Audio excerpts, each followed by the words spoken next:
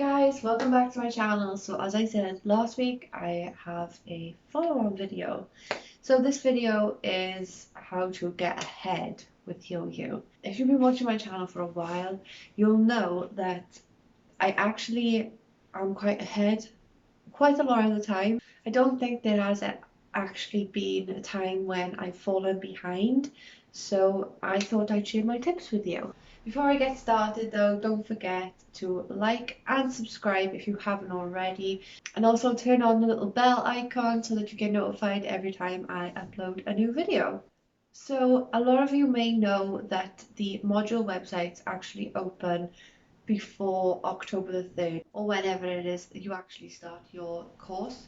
So for example, this year my module website opened on September the 9th. So I am going to start reading from this day. So I tend to read at least the first 3 weeks. This is because mostly it is like intro stuff and stuff like that.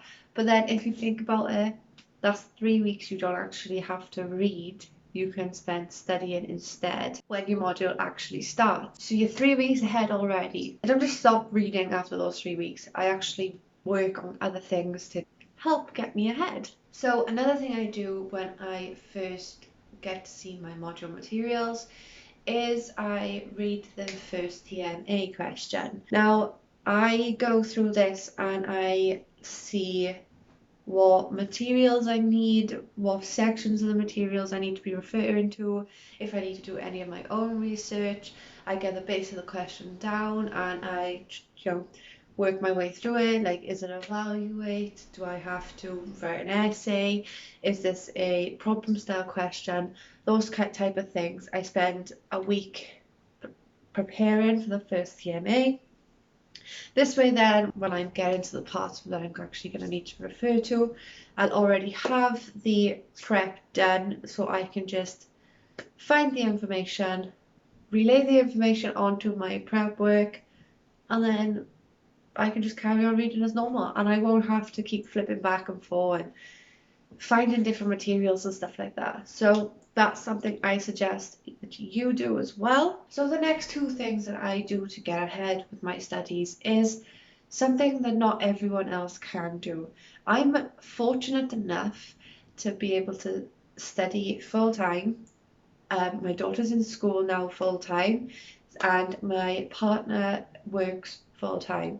So I am able to have the house to myself. I don't necessarily need to work, so I can do this full time thanks to my wonderful partner. I do study for five hours a day. That was when I was on part-time as well. I used to do that also, or I used to try and fit in as much as I could during the day, which usually averaged out to anywhere between 3 and 5 hours in any average day. But yes, now I'm going full time. I am studying for 5 hours a day. If I can do extra, then I will do extra, but I will bulk study. Not, like I said, not everyone can do this, so I'm not suggesting that you drop everything to do that. But if you are in a position like me where you can bulk study, or even if you can just bulk study on 1 day a week, where you can just get a couple of weeks worth of work out the way, then I would suggest to do that instead of studying here and there and everywhere, and only having a 20-minute study session at the start of the week and then like a 20-minute study session at the end of the week. So yeah, when I said in my last video to find where your biggest amount of time available is, I would use that as a bulk study session and just try and get as much done as you can. So usually in these study sessions I get anywhere between 1 and 2 weeks worth of work done. That is readings, that is activities, and depending on what I'm reading, that could also be TMA work or preparation, etc. So yes, there are normally things that I maybe don't read, or I need to go back on to kind of refresh myself, or just because I didn't quite fully understand it and I've just moved on from it. That's probably a good tip as well.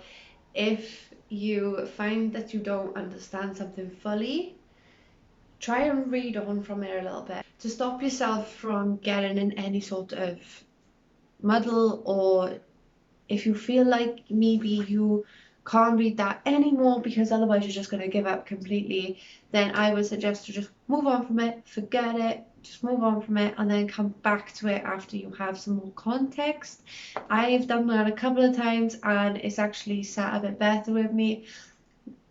I'm still not sure if I've actually understood stuff, but then that's where your tutor comes along and that's when you ask them. So sticking to that as well will also help you get further with your studies, because you're not spending all that time freaking out thinking, I don't understand this, and then you have like a week where you're just like, I'm not doing it. I'm just not doing it. I'm not smart enough. I'm not clever enough. I don't understand it. We don't want to have those moments. And the thing is that everyone who is with the OU is smart enough. They are bright enough. They are capable of doing this stuff. You just need to understand when to take a step back and to move on from it. Okay, so my next little bit of advice. Again, this is not something that everyone can do, but I do study through the holidays. So I don't mean like I'm constantly glued to my laptop during Christmas and stuff like that. I don't mean that at all. What I do mean is the half breaks and stuff like that that are placed on the calendar that you receive. So them half terms, those little breaks, I tend to only take 2 days off. That's during the week, so usually I'll take a Friday off because Matthew works half day on a Friday, and I'll pick a day where maybe I want to go out and do some shopping or anything like that, and then I'll take that day off as well.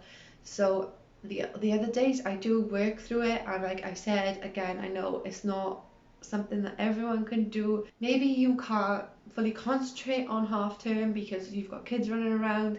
I know how that feels. Or maybe you just need that break, and I completely understand that too. There has been times where I've just gone, you know what, I'm like 4 weeks ahead.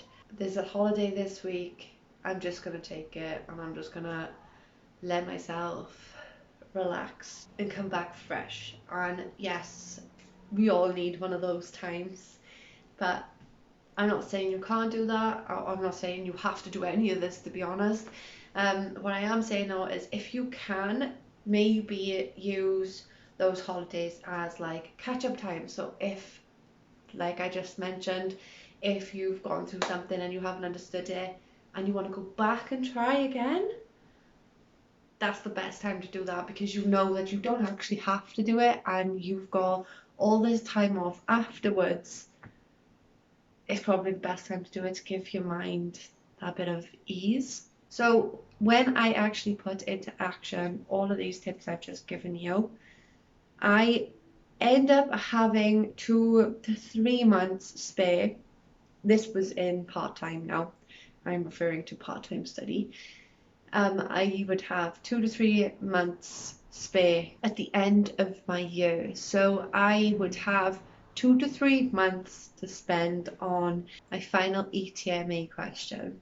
And the way my mind works, I need that, because I panic so much and I have such bad anxiety about it that I need those 2 to 3 months to be able to take my time with it and to make sure I fully understand it. So if that's something you probably think you're going to need, then I would try your best and stick to my kind of top tips. I guess they're a bit everywhere, but my life is too. What can I say? So again, guys, I know it's not a very long one, but this was my video on how to get ahead with yo-yo. I hope you enjoyed it, and again, don't forget to like this video if it helped you in any type of way, or if you enjoyed it, and also don't forget to subscribe and turn on notifications because uni is starting back soon and I can't wait.